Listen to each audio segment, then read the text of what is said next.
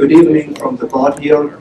It's the first time that we are sitting all together for good reasons, because we are a new board and we would like that you see everybody here. And from the board, we welcome you and we call the membership program to order. And Stu, would you please start with the minutes? Okay, in your convention packet that you received either via email or post mail was a copy of the minutes from last year's general membership meeting in Oshkosh. I would entertain a motion now if you've had a chance to look those over to approve the minutes from July 31st, 2012 at Oshkosh. Motion to approve by Heidi Warner, second. Second by Cliff Doherty. Anybody have any questions about those minutes from last year's meeting? Okay. All those in favor of accepting the minutes from 2012, raise your hand. Anyone opposed to that? Okay, thank you. Those minutes will go into the record at this point. And oh, I guess, is it time for the Secretary's report at this point? Did you want me to do that now, or? Huh? You want me to do that now? Okay.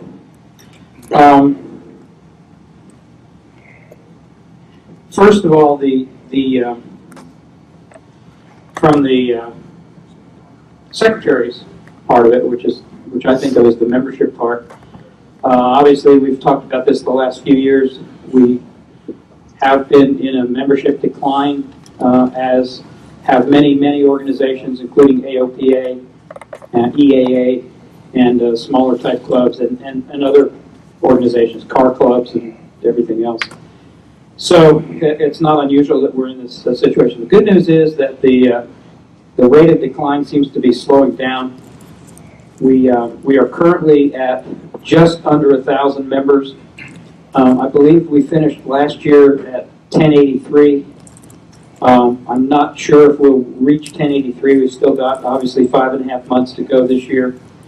And so I'm hopeful that we'll get close to that figure by the end of the year, which would mean that we are not declining at anywhere near the rate that's been happening for the last few years. So that's kind of the good news on the membership front. Obviously, with the declining membership, we also have had declining revenues. It's presented quite a challenge to the board over the last few years.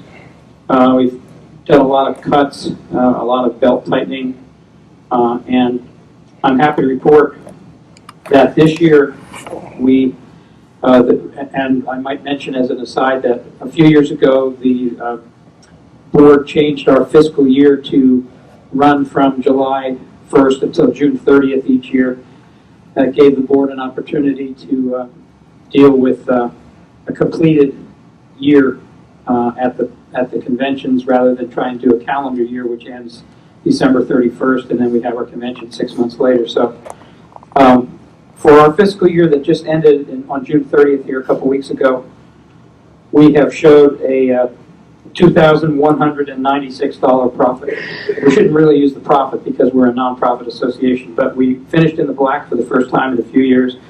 I think that's a good sign that we've been able to get the budget under control, and I know that the board has worked very hard to do that. So that's a little bit of positive news with regard to the treasurer report. Anybody have any questions about anything with regard to Secretary Treasurer? Yes. What's the membership currently? You said what it was last year. We're just under 1,000. When we left home to come up here, I think we were at 987. So I would anticipate that we'll break 1,000 here probably by the end of July or sometime in August, and then we'll still have a few months this year. One of the things we've done, many of you probably aren't aware of it yet, is that we've changed the way that we do the renewals so that for many years, everybody's membership expired on December 31st, and everyone in the club had to renew it at the first of each year. That went all the way back to the very beginning of the club. That's how it was done. And we all know what happens when something's done a certain way. The longer it's done that way, the harder it is to change. But when we got the new website up and running in October, we also changed the way that we do that. It required a lot of adjusting, if you will, for our database. But we now, when people join or renew, that they have a new anniversary date, kind of like a lot of other organizations do. That's your anniversary date. If you renew on, or if you join on August 15th, then you get notified the next August 15th. The system automatically generates, I don't want to step onto your report, Don. I don't even know where Don is. Is he hiding somewhere? Go ahead. The system generates, will generate an automatic reminder for you, I believe 30 days before your membership is due up. Then it will generate a second reminder on your due date, and a third reminder 30 days after your due date. If we still haven't heard from you, you'll probably get a personal email or phone call from us just to see that, just to remind you and see if you're still interested in being part of the club. So that's all automatically generated now. But you, over the course of probably a number of years, all of the dates, the anniversary dates of the memberships are gonna change. So those of you that have renewed or joined on different dates, you'll be reminded of your anniversary date. So, any questions about anything else? Okay. Thank you. And who do I hand off to here? Don. Don Metz will come up and talk about the editorship and the electronic services program. Thank you, Mr. Wolfen.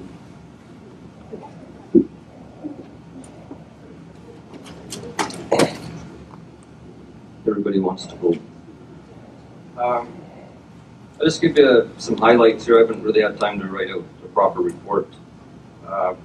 We have about 650 people doing the electronic star, which saves us a considerable amount of money. There's 338 people still receiving the paper star. Just some facts about the paper star. Each printed star delivered in the U.S. costs the AWA $3.70. For Canada, oh wait a minute, I forgot to ask the comment. U.S. stars delivered to your door, $2.41. Canada, $3.70, and the rest of the world, $5.81.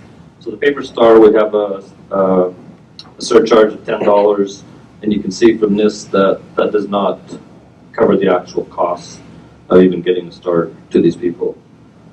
So that's aside. Thank you very much for subscribing to the E-Star. Personally, I like looking at the color pictures. You get it a little earlier than the paper star, and it's just a nicer, to me, it's a nicer presentation. As every year, always a shortage of member submitted cover photos. I really like to have them. There's a lovely blue and white cheetah that graces the cover maybe once every 8 or 9 issues. And if you like seeing that airplane on the cover, just don't bother sending anything in, and we'll keep that up. I know from previous editor, there was quite a few covers that are a lovely orange 2-place airplane on it. It would not hurt my feelings if my airplane never made the cover again.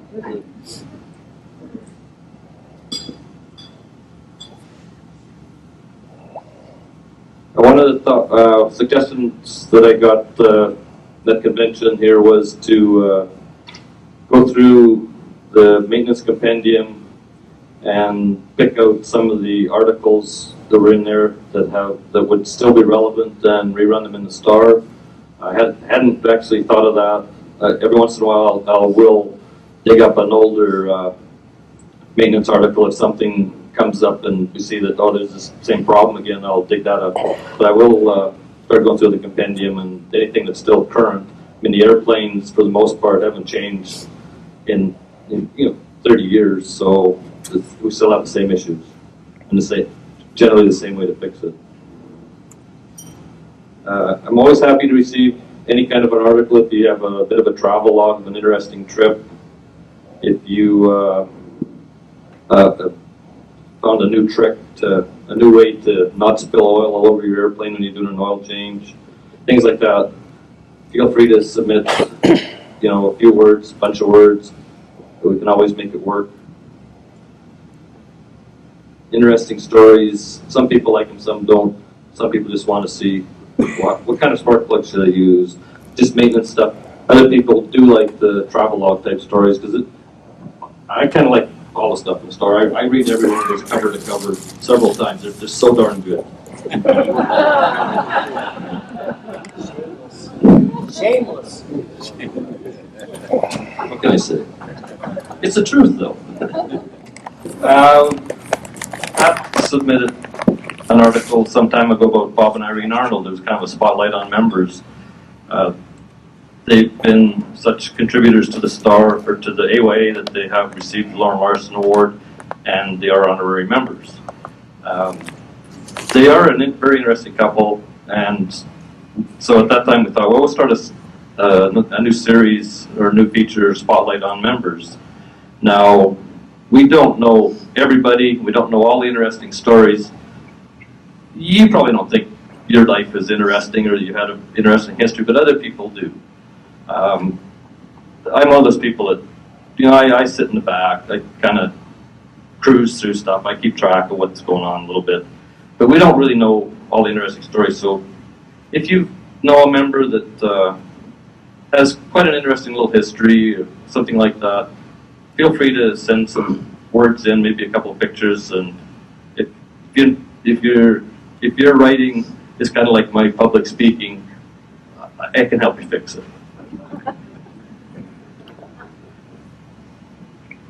I'd like to thank Karen and Stu Wilson and my wife Pat. They go through. They love to read every Star cover to cover also, and point out the one or two mistakes that I do make.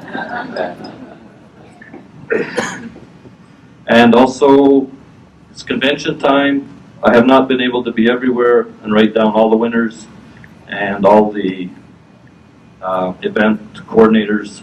If they could please make sure that I get an email, maybe a list of your volunteers so we can add that to the Star.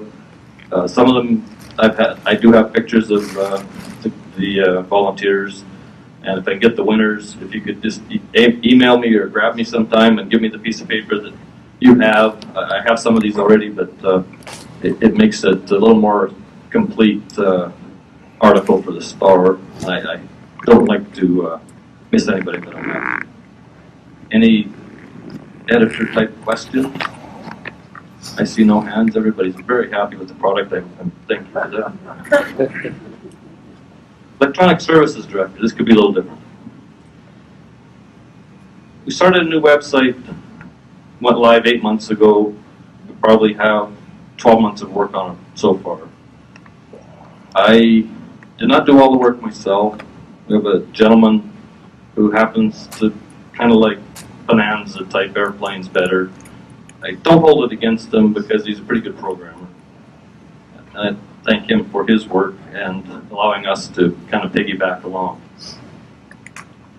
We still have a few more features to add. We've added quite a few features from what we originally started out with, and there will be hopefully some more enhancements coming along. Just to clear up a couple of things, AYA does not cover my phone or internet. I cover all that. There's no cost to the association. AYA does not pay for the software or hardware that I use. There's no cost to the association that way. AYA does cover some of the expenses. If I order a color cover for a member, that's covered. I have some minor website expenses, maybe $60, $70 a year. The website itself costs us about $120 a year. I've seen numbers with quite a few zeros behind them, and I'm not sure where that comes from. But the actual cost is around $120 a year for the web hosting. Another thing I'd like to bring up for people that have not figured out that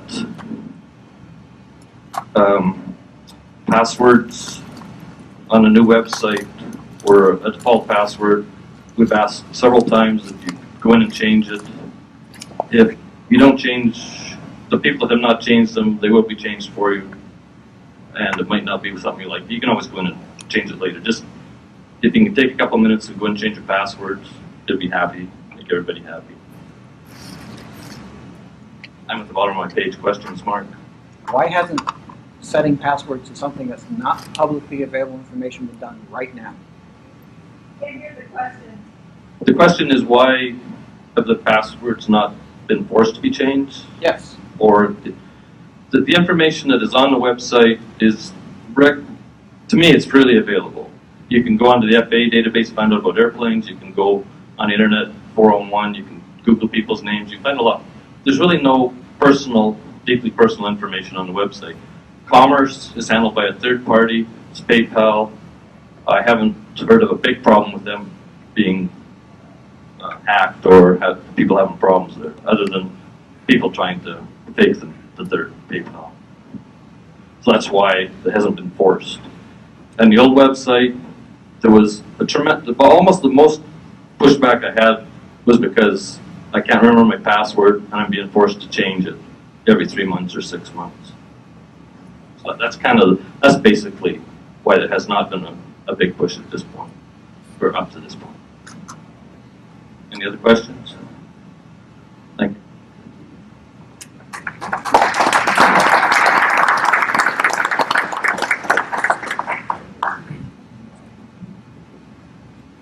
Thank you, Don. Okay, the insurance report, we will have a briefing about that later this week. We do not have the technical director report this year, and we do not have the archive report for some good reasons, you can imagine. And this brings us to a point, you are waiting probably for some explanation on the computer fraud, on the election fraud. And we thought this is the right opportunity, the right situation to speak in full freedom and full transparency. And you have the board here in front of you.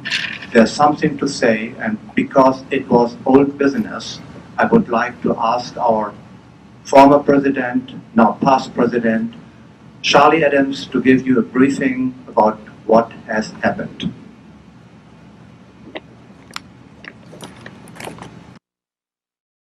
Yeah.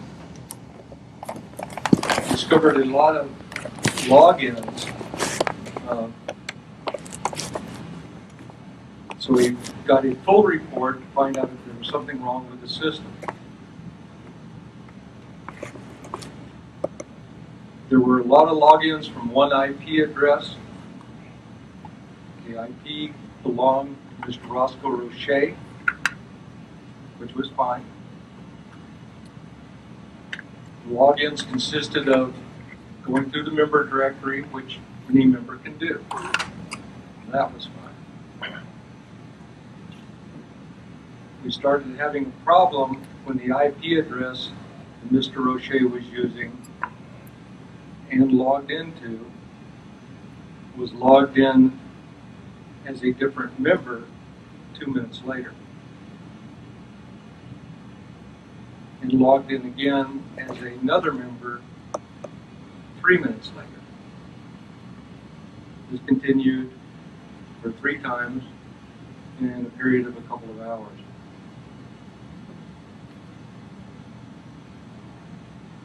While being logged in, votes were placed in those members' names. The votes placed were for Mr. Roche and Mr. Candelaine.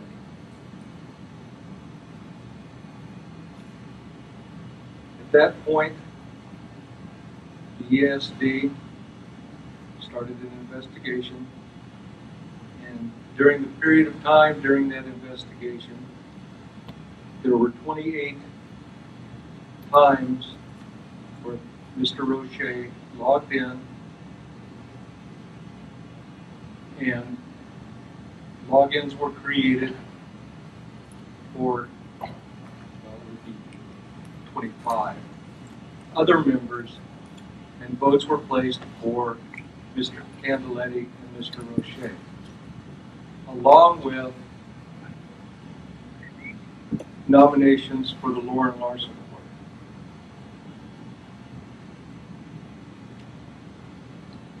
At that point, while this was going on,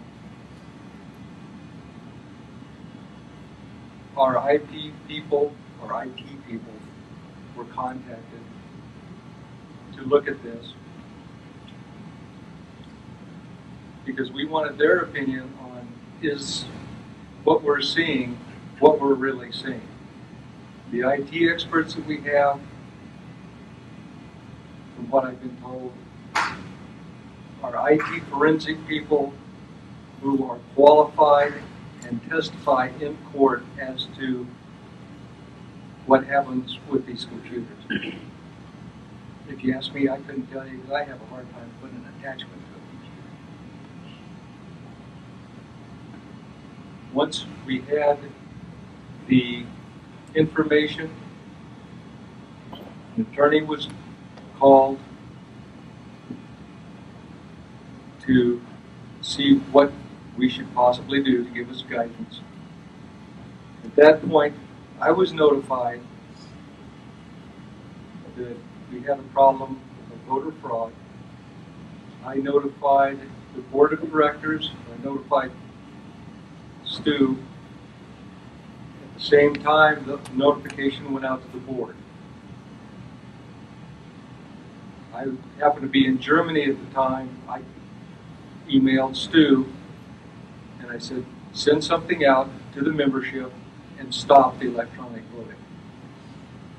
We have to make sure that our voting for the membership is legal. Even if we have to go back to the old paper ballots, we have to keep the election secure. Within the bylaws, there is a procedure for the removal of a board member. We received a petition to remove 28 counts, along with 13 other items that can be dictated in the board removal.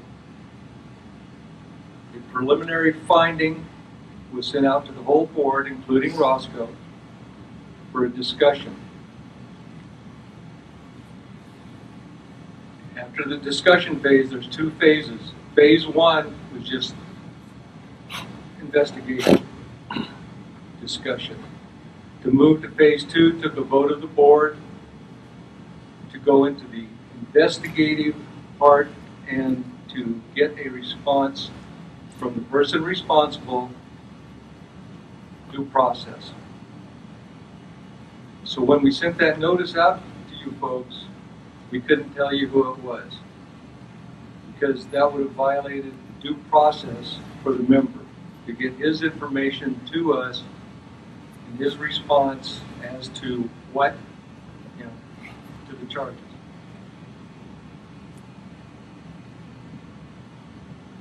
Over, I think it was 40 days total, but over the next 20 days, the board completed an investigation. We had a response from Roscoe. If this, I think the discussion on this from the board, because we all know Roscoe. I've had him in my house. He slept under my roof. He's eaten dinner. He's been a friend for 20 years. So I think the board was looking not to convict, but to try and find a way that this did not happen.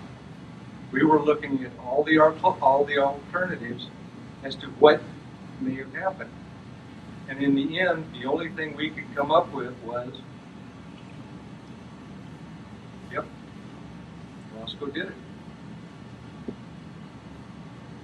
The board voted 100% after the discussion to remove Roscoe from the board. Yesterday at the board meeting, we removed him as a member. Some people aren't going to like that, but I and the board, and I don't think anyone else could stand in front of the membership when this has happened and look you guys in the eye and say, we had this occur, but we're going to let the person stay on.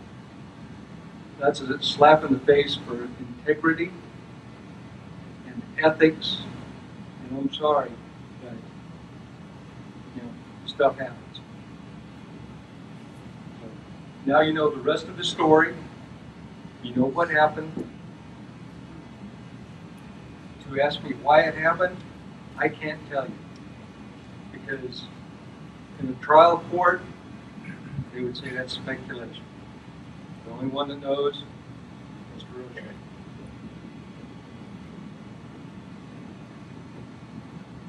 Charlie, Yes, sir. what was Roscoe's response to when the board challenged him on this? When the list of charges was sent to Mr. O'Shea, he neither accepted responsibility or denied responsibility. I would have to go back to get his exact words, but it was, I couldn't have done this at this time. My second question is, what is the possibility that another person used Roscoe's equipment to perpetrate this fraud? Anything's possible. Since we're not a court, we don't have subpoena power. Being a quote IT expert, I'm sure Roscoe has a pretty good, or should have a pretty good login to his equipment. The 28 people that it happened to was one thing I did not mention. Half were contacted as this was going on. So unless 8 people from all over the United States met at his house and logged onto his computer, I can't see that happening. I'm sorry, I didn't make myself clear. Right. Let's just be blunt. What's the possibility that Luann did it? I don't know. Okay. No one has come forward and said, hey, I did it, but no one has come forward and said, no, I didn't do it. Mark? Of those people, accounts were compromised. Were they all people who did not change their password? Were. Here's the question. Again, Okay, Mark. I ask again, why has we not secured those systems immediately? Okay, the reason, because we didn't think anybody was going to try and cheat the system. Roscoe thought he was smarter than the system. His arrogance got him caught. That is my personal opinion. Take it for what it is.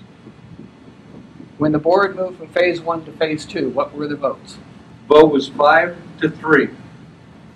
What you have heard on the Grumman gang, I'll talk with you later about what's going on in the Grumman gang. Because I've gotten kicked off for mentioning a couple of things, but yet, you'll keep this stuff going forever. The vote was 5-3 to move to phase 2. Is it true that you did not accept the votes of the past president and the Great Lakes director? True. For the Great Lakes director. The past president's vote, the past president vacated her office, so there was no past president. If you want an explanation on that? Okay. Okay. Okay, I'll give it to you, since everybody seems to be wanting to know. To be a past president in the AYA, you must accept, and this is in the Constitution, not in the bylaws, you must accept the position, and you must be an active member. The first year, between after we started St. Simon's, Luann requested and did not, she sent a note to Stu that she was not going to renew her membership. Stu sent her an email back saying, you will lose your past president's position should you not renew your membership. She said, okay, renew my membership. And she joined the scholarship committee and did the duties of the past president. The next year, she notified the scholarship committee that she could no longer continue, and knowing she would lose the job of past president, did not renew her membership. To me, that's a vacation of office. Good enough explanation? To deny the director's vote.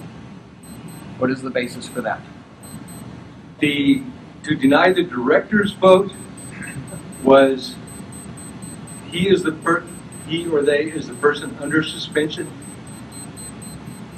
I guess we could give it an automatic 1, but because the person is under suspicion or under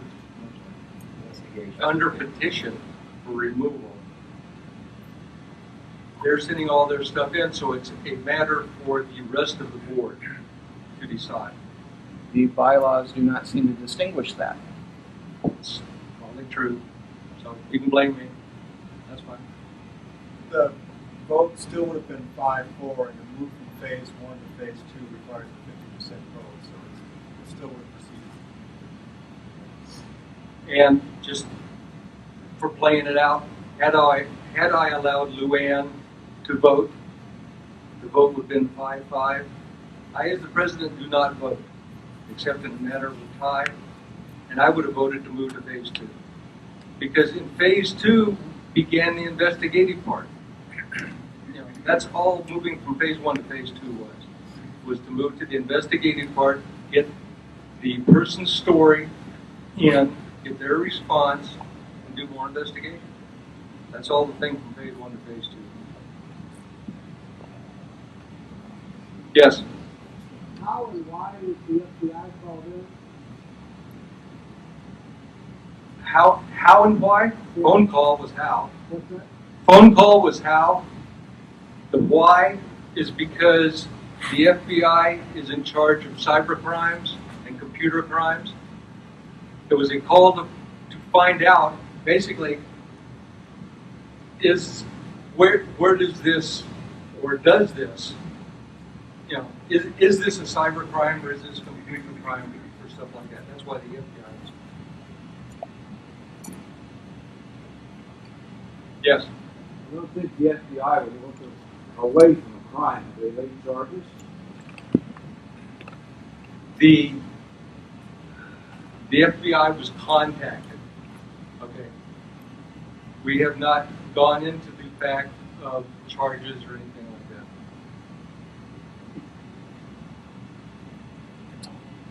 We're an airplane club. The FBI is not an airplane club. No, the FBI is not an airplane club.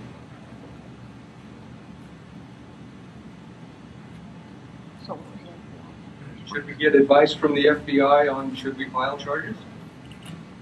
I believe it's their job to file charges if they find a crime. Possibly, we can ask them.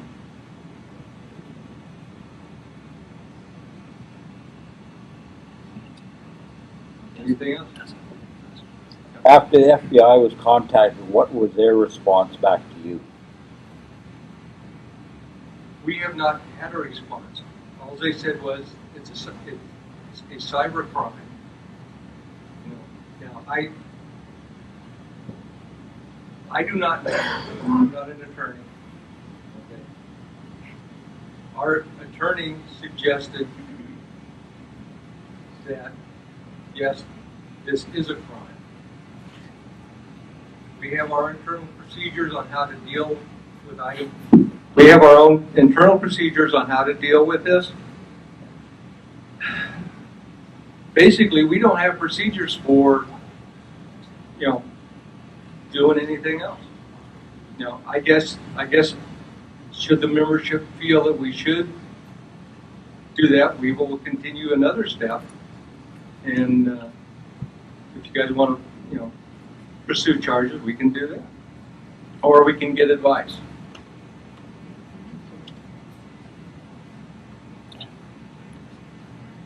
Anyhow, that is the rest of the story. Charlie? That is what happened. Ken? I was going to ask, who is the AYA's attorney? I was not aware we had one. We do not have attorney on staff. An attorney was contacted, who also happens to be a judge, for review to see if anything legal, just to get a legal opinion. You commented that you had contacted our Well, attorney. I'm sorry. That was I misspoke on our.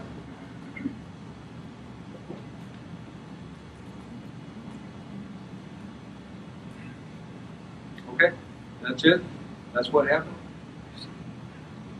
I'm gonna pass it on. Any other comment from any of the board members on this? Ken? I'd like to say that, Use the mic. I'd like to say that the board certainly appreciates the position that all of you are in.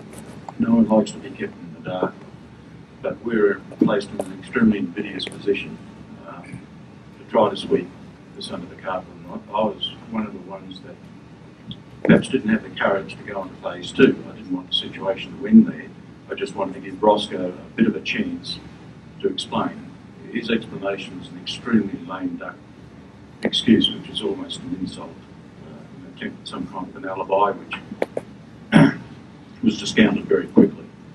And that's what absolutely turned me then. No one likes to be lied to or messed with, or I like to play it straight.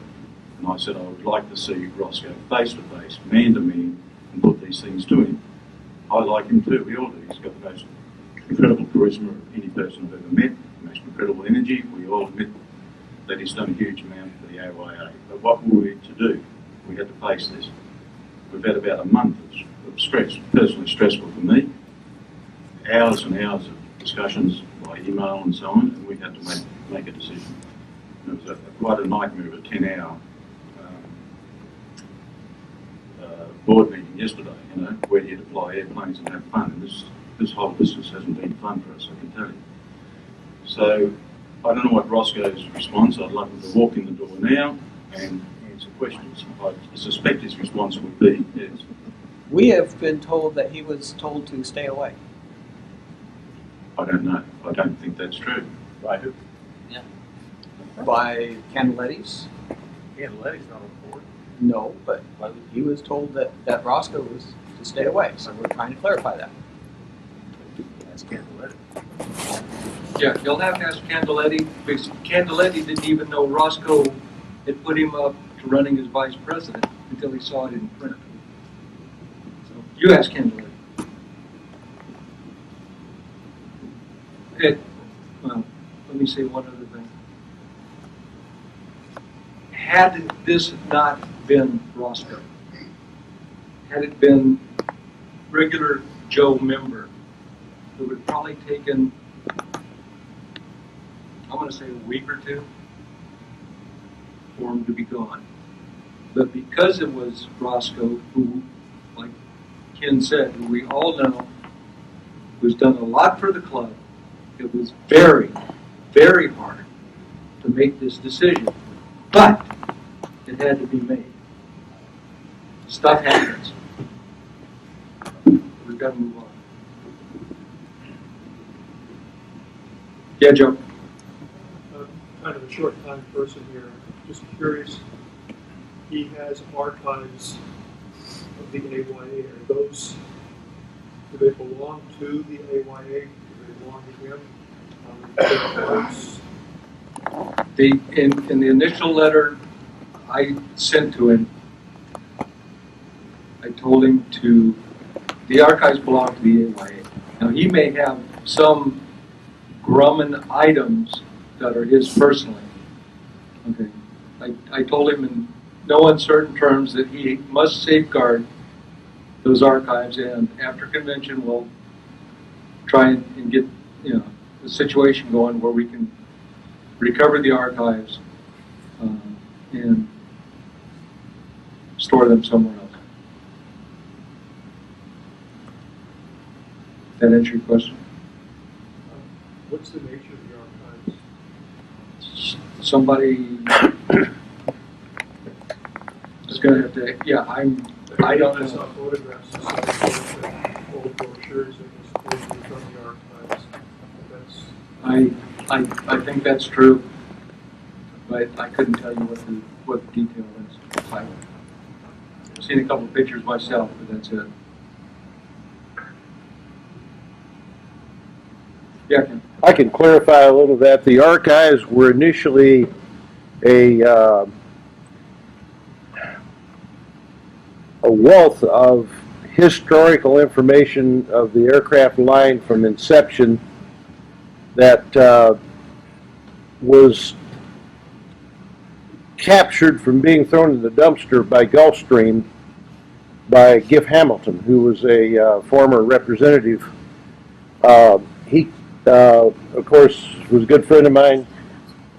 He was aware of the association, and I think it was 1984, approximately, that he called me and asked me if the association or if I personally would be interested in this stuff, because he didn't really need it himself, and he offered to package it all up and ship it out. All it needed was for us to cover essentially the shipping costs and a little bit of his, for his time and effort of packing up, boxes, whatever. So this was when I was newsletter editor, and so I said, sure, we'll go for that. And that was, it was not only just tons of brochures and lithographs, slides, little artifacts like Zippo lighters and stuff that, keychains, on and on and on of stuff that they were just going to toss. So we got a hold of it. It's been augmented since then by some stuff that I had myself. Others have had. Dave Fletcher added some of it, some to it down there. A lot of them are actually photographs that were taken of prototype airplanes and various things at the factory. Some of them by myself, some by Dave Fletcher. And I'm not sure what. I know some of the stuff was destroyed when Dave's wife had it. She was the archivist. They had it stored, and there was a flood in Houston. And some of the things, one thing I know was the original sign-up roster at the first convention, 18 names written on the back of a Merced air show poster. And that was framed, and it was passed around and shown for years, and that got destroyed in the flood down there. And I don't know how much other stuff. I haven't really gone through a lot of it in the past, in years. So that should answer the question of what the archives is, and it's a wealth of history for the association and for the product line.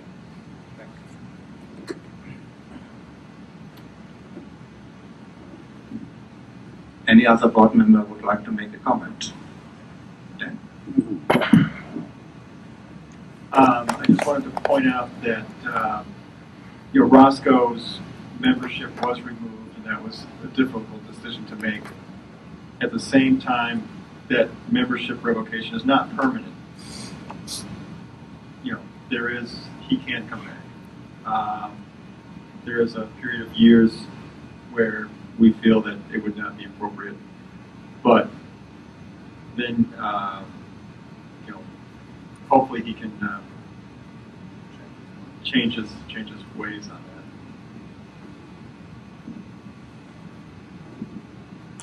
that. Any other comment? Steve? Scott? Okay. So, Yeah, let's come to another point. This year it's a little bit different. I think we must ask the secretary for the election results. This depends also on the subject.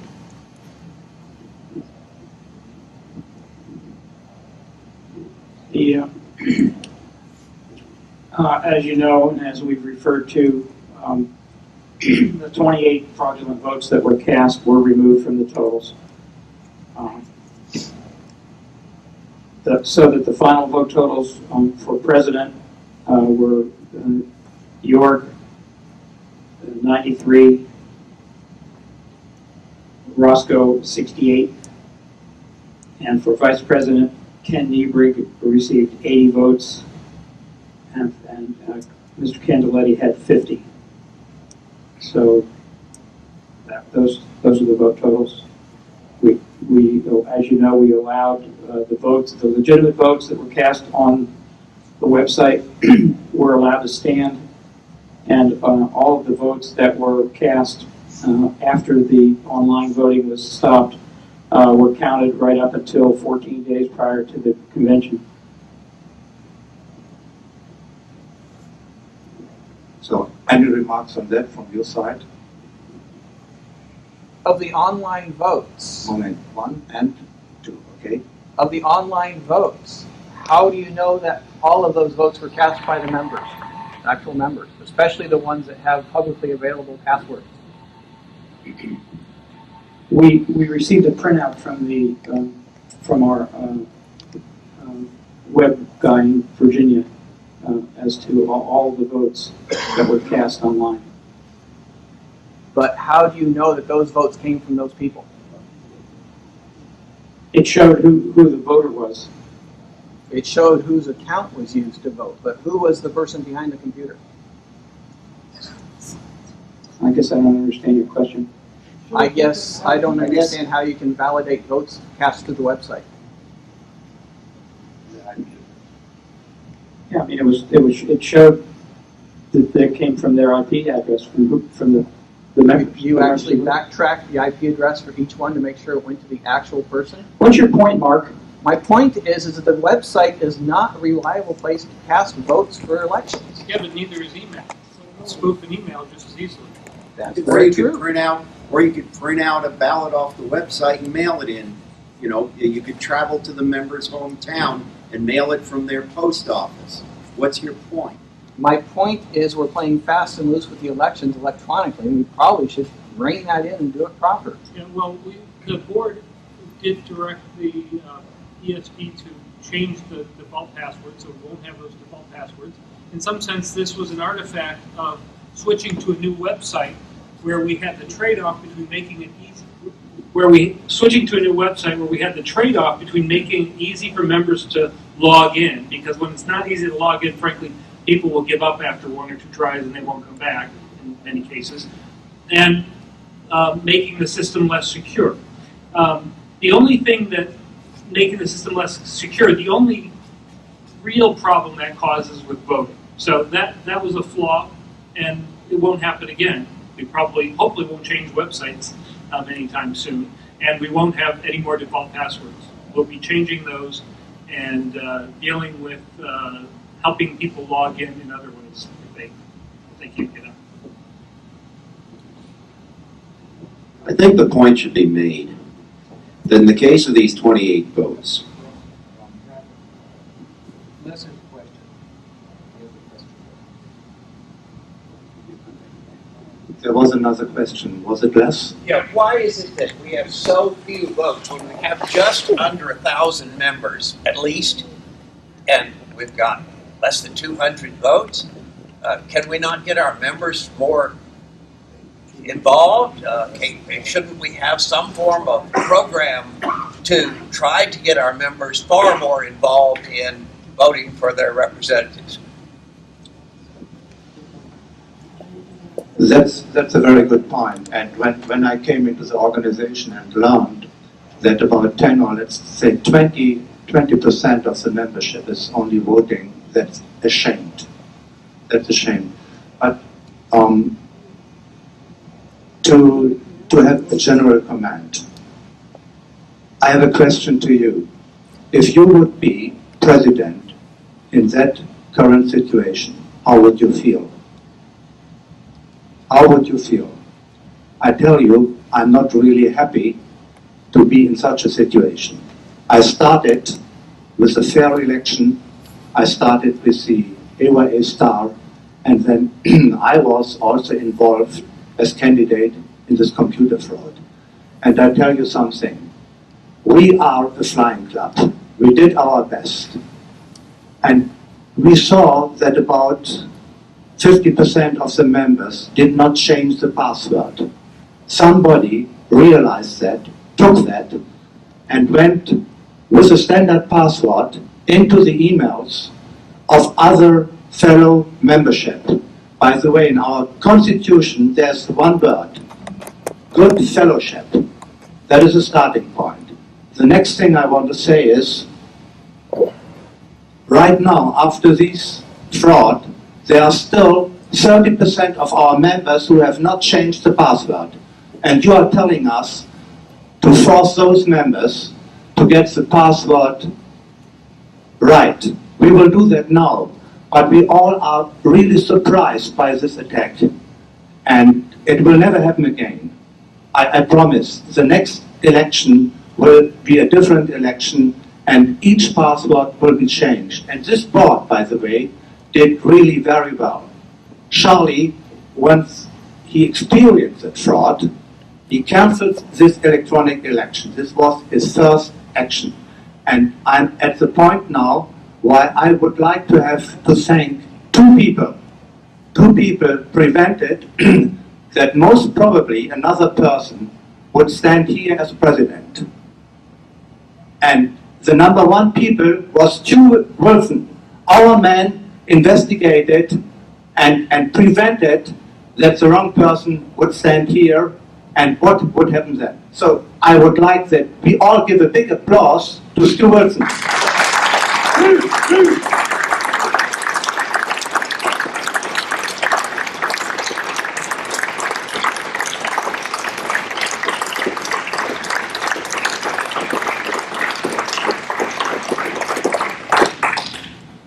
The second man I would like to thank really, that is my friend Charlie Adams. Charlie, you had really a hard time. I had the chance to learn really something in the last 4 months, and we both made crisis management poor. You probably do not know that we work more or less 8 hours a day to get the things aligned. The removal process formally was about 40 days. And if anybody would say we took that easy, that is really wrong. Charlie explained to you that Roscoe is a very well-known and good person, and nobody knows what changed. And this is not our responsibility. Ladies and gentlemen, we are not a court. We are not police. We do not have witness. We are just a flying club. And by the end, we have to decide that 1 and 1 is not 3 but 2.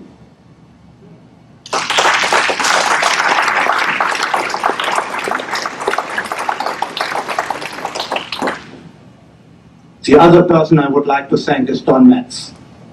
Don Metz, you helped in the background, and if you wouldn't have these 3 persons, we would really have a difficult situation. Thank you, Don.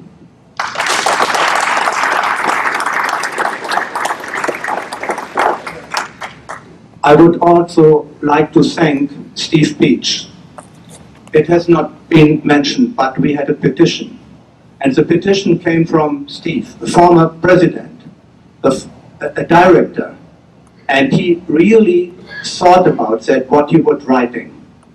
And it is a risk if you are writing a petition. But he did it, and the board fought for about 40 days. And it went up and down. And finally, this fine team came together. And I have never seen, in my experience here in the AYA, such a board who had so much trouble and came together. I would like to thank everybody from the board. Thank you very much.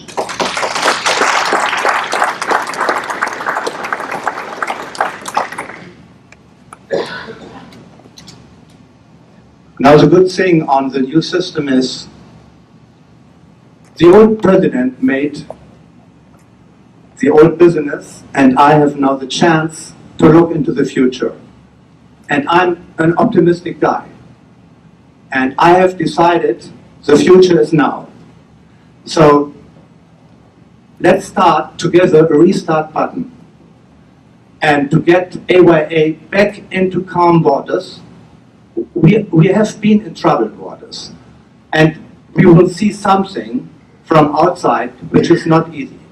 But we go our way. We will show you leadership. We will show you that AYA still has a big chance. And yesterday in the board meeting, which was about 12 hours, and we had to deal on the Roscoe case for another 6 hours, I said that in 12 months, I would like to have 100 new AYA members more, and that is my target line. Now, the question is, how do we do that? I have to speak about one man, and this is Ken Niebrich. Ken Niebrich is my vice president, and I'm so sorry that Ken is not here. Ken tried it 3 times, but he has much trouble concerning health, illness in his family, and he had fire in that area. So he made it yesterday until, I think, Las Vegas, and then he didn't get a further flight, so he had to fly back. We are very sorry that Ken is not here. What Ken and I will do is that we take the Grumman list from the FAA. We will make a big marketing action, which shows like that. We will see where are the Grummans in which areas. And we will organize fly-ins just for those people. And we will tell them who AYA is, what we are going to serve, which our product is. We will make a fly-in in each region with selected Grumman owners. The big problem we have to solve right now, we do not have the email addresses. But we will solve that problem. And if this happens, then we thought, okay, what can we produce? What can we show to them? And we are thinking to give a new member or any interested person willing to come to us a 6 months free membership. Is that something which makes sense for you? 6 months free membership. So this is an initial startup.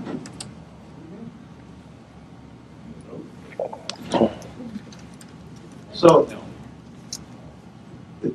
okay, Bob. I can hold my question to the end. Okay, give me a chance. I have 3 or 5 minutes. Thank you. The other thing is that everybody sitting here in the room is a potential target, or let's say, has a potential to find another member. And I'm so happy that I just had contacts to 3 people, to 3 people here, and asking them, and one was Kelly, would you like to help a little bit your director? I made it 3 times, and I got 3 spontaneous yes. And if this will happen, that the directors got really motivated people just here in the room, and there are many more, then I'm very optimistic that each director can find, let's say, 20 or 25 new members, and then I have my 100. And if I don't have that 100, I really have to think about my retirement. Now, I thought about my own region, and my region is only 2 members strong. That is me and my wife. And I asked my wife, would you like to become an AYA member? And she said yes. So Martina, welcome in AYA.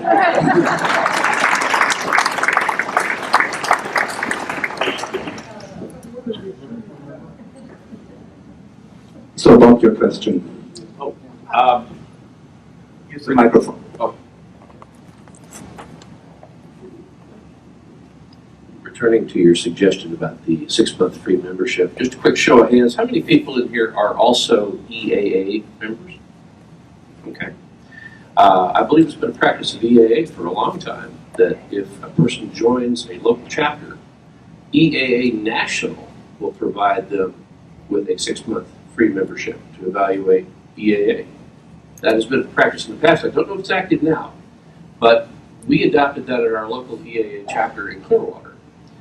And we got some effectiveness out of it, but you can double the effectiveness of it if, when that new candidate comes in, and you give them the 6-month period to evaluate your chapter, you assign a wingman to stay in touch with that person. So, just maybe a detail. I need more ideas like that.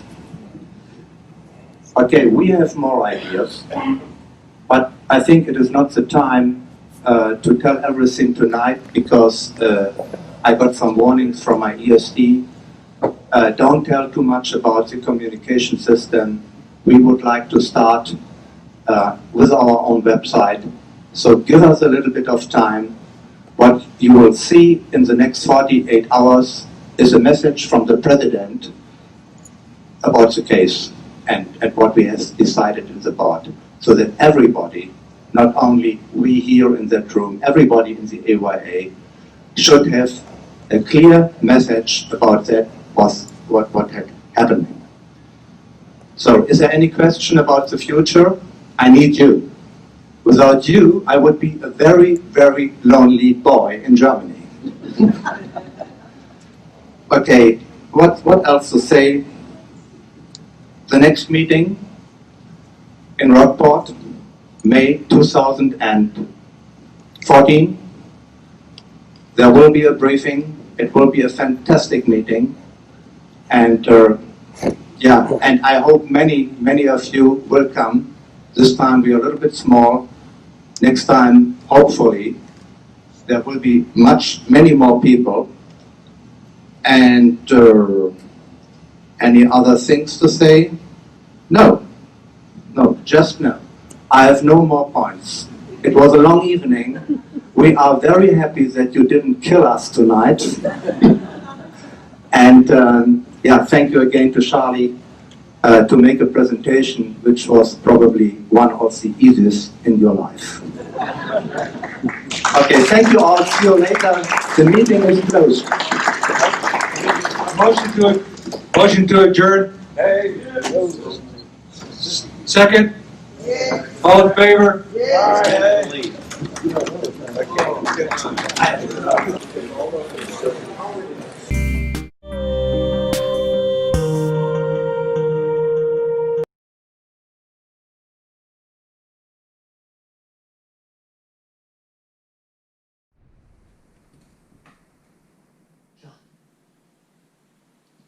John.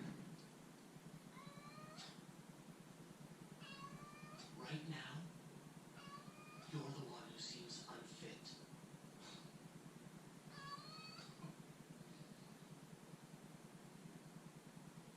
Listen to me. This ends here. If Jerome Wiesman got wind of this, the whole agency would go ass over tea kettle. And who knows what would be left after all the shit got cleared away. All right, stop.